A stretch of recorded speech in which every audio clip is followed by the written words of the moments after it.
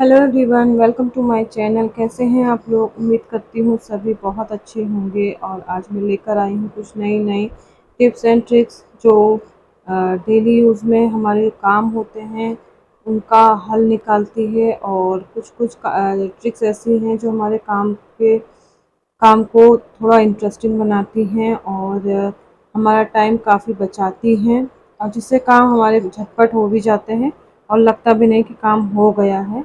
और अब उसके लिए अलावा जो काम हमारे होते हैं और काम के लिए हमें टाइम मिल जाता है। तो चलिए बढ़ते हैं आगे वीडियो की तरफ। जैसे हम लोग रोटी बनाते हैं, देखिए चकला जो है वो फिसलता रहता है, तो कई बार होता है कि इस वजह से रोटियां गोल नहीं बन पाती, क्योंकि बैलेंस बिगड़ता है तो बेलन इधर उधर घूमता रहता है, तो रोटी बनाने में मज़ा नहीं आता, पूरा चकला जो होता है वो हिलता रहता है। तो इसलिए इसका एक सोल्यूशन ये है कि जैसे इसका चकले के उल्टी साइड में, जैसे नेल पेंट तो सभी के पास होती है, तो कोई भी पुरानी नेल पेंट इसके ना चारों कोनों पे लगा देंगे। उससे क्या होता है, जैसे फ्लैट सरफेस होता है ना, उसमें ये फिसलेगा नहीं, क्योंकि ये भी चिकना है और सरफेस भी, तो इससे थोड़ा ग्रिप बन जाएगी। और जैसे रोटी हम लोग बेलते हैं तो उसकी वजह से इधर उधर बिल्कुल भी नहीं हिलेगा डुलेगा और रोटियां बिल्कुल अच्छी सी बनेंगी। और इसकी वजह से ना जब चकले ऐसे फिसलते हैं तो मन भी नहीं करता, बार बार उसको सेट करने में ही दिमाग रहता है, तो इससे बिल्कुल सेट रहेगा। तो ये भी बहुत अच्छा ट्रिक है।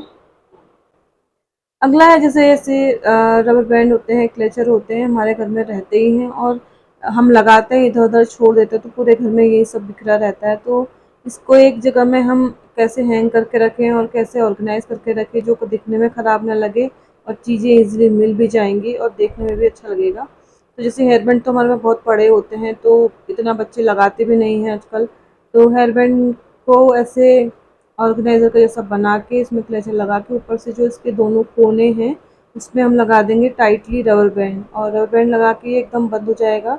और फिर हम इसको कहीं कील पे या अलमारी, कहीं पर भी आप जहाँ इसको हैंग करना चाह रहे हो, तो आप ऐसी जगह रख दीजिए जहाँ आपको सामने से दिख भी जाए और ढूंढना ना पड़े। तो ये लीजिए, एक ऑर्गेनाइज़र हमारा हेयर बैंड की मदद से बन गया है। और जब मर्जी चाहे बच्चे अगर हेयर बैंड लगाना चाहें तो इसको निकाल के उनको दे दें। और उम्मीद करती हूँ ये ट्रिक आपको पसंद आया होगा। तो नेक्स्ट है, जैसे बरसातों के दिनों में क्या होता है ना, दरवाजे ऐसे जो कब्जे होते हैं, ये वाले दरवाजे जो होते हैं आवाज़ करते हैं खोलने बंद करने में, और बहुत इरिटेटिंग साउंड करता है और बिल्कुल अच्छा नहीं लगता जब आवाज़ करते हैं दरवाजे। तो हम उसके लिए क्या करेंगे कि जैसे नेल ये कैंडल होती हैं, तो कैंडल के जैसे छोटे छोटे टुकड़े हैं या छोटी पुरानी कैंडल हैं, उनको इसमें घिस देंगे जो इनके कब्जे होते हैं। और उसमें क्या होगा, ये कब्जे में जब लगेगा मोम इसका, तो ये बिल्कुल भी आवाज़ नहीं करेंगे और बिल्कुल भी इसकी दरवाजे बंद करने में खोलने में आवाज़ नहीं होगी। और अगर आपको टिप अच्छी लगे तो प्लीज़ लाइक कीजिए। अगला है, जैसे हम लोगों के घरों में ऐसा कुछ सामान होता है कि हमें लगता है कि यूज़ तो होगा नहीं, हम फेंक देते हैं कई बार। होता यह है कि वो बहुत काम का होता है, जैसे ये आटे के और चावल के ऐसे कट्टे से बोरी सी आती है ना, ये बहुत ज़्यादा, मतलब आप इसका ऑर्गेनाइज़र बना सकते हैं, बहुत चीज़ों में आप इसको यूज़ कर सकते हैं। तो देखिए मैं इसका एक ऑर्गेनाइज़र बनाऊंगी और इसे आप कहीं भी रख सकते हैं, किसी भी यूज़ में ले सकते हैं। तो मैंने इस बोरी को उल्टा कर दिया है, और जो इसका अंदर का पार्ट है वो अलग कलर का है, तो मैं चाह रही हूँ कि एक ही कलर का बने, तो मैंने अंदर की तरफ फोल्ड किया है इसका ऊपर का हिस्सा, ये देखिए ऐसे।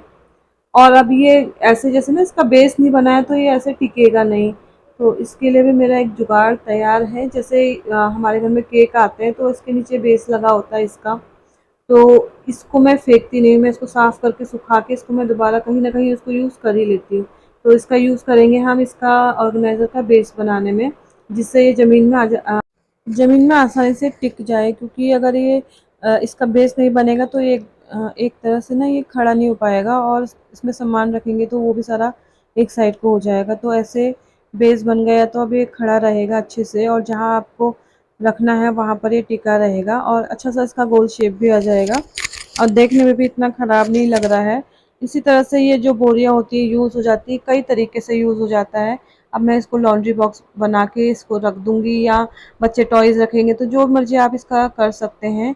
उम्मीद करती हूँ ये आपको पसंद आएगा और देखने में भी काफ़ी अच्छा लग रहा है। बढ़ते हैं अगली टिप्स की तरफ। जैसे हमारे घर में छोटे बच्चे होते हैं, उन कई बार क्या होता है कि जो ऐसी जीन्स होती हैं और ऐसी निक्कर नए नए लेके आते तो टाइट होते हैं, तो बच्चे ना इनको पहनना नहीं मांगते क्योंकि कमर एकदम टाइट लगती है, उनको कंफर्टेबल नहीं होता और जो लास्टिक के निशान होते हैं वो कमर में पड़ जाते हैं, तो बच्चे बहुत इरिटेट होते हैं इससे और पहनते नहीं है, इसको ऐसे ही छोड़ देते हैं। तो क्या होता है कि रखे रखे कपड़े ऐसे ही छोटे हो जाते हैं, बर्बाद हो जाते हैं और नए नए कपड़े बच्चे ना पहने तो फिर ये भी लगता है ना कि इतना महंगा लिया और बच्चे पहन नहीं पा रहे हैं। तो इसके लिए हमें एक जुगाड़ करना है कि जैसे लास्टिक वाली कमर के जो कपड़े होते हैं इनको ना जैसे या तो हम गर्म पानी में डिप करके रख दें, तो इससे भी इसकी इलास्टिक ढीली पड़ जाती है। और या तो अगर नहीं ऐसा करना है तो जैसे कोई जितनी कमर है उससे थोड़ा बड़ा हम कोई भी कंटेनर या ऐसी टोकरी या डब्बा कुछ भी आप ले लें, उसमें इसको ऐसे लगा के रख दें। जितना इलास्टिक खींच सकता है उतना आप खींच के लगा दीजिए।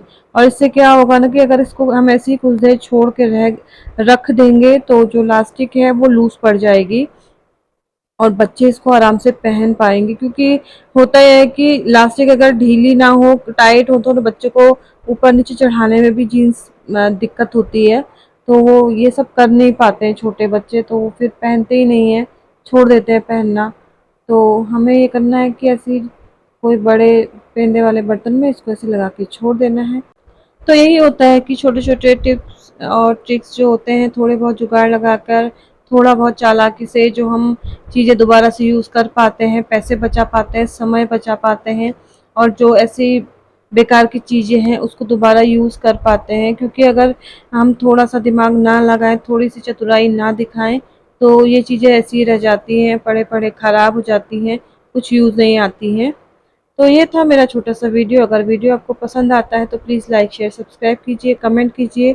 मिलते हैं न्यू वीडियो में, तब तक के लिए बाय बाय।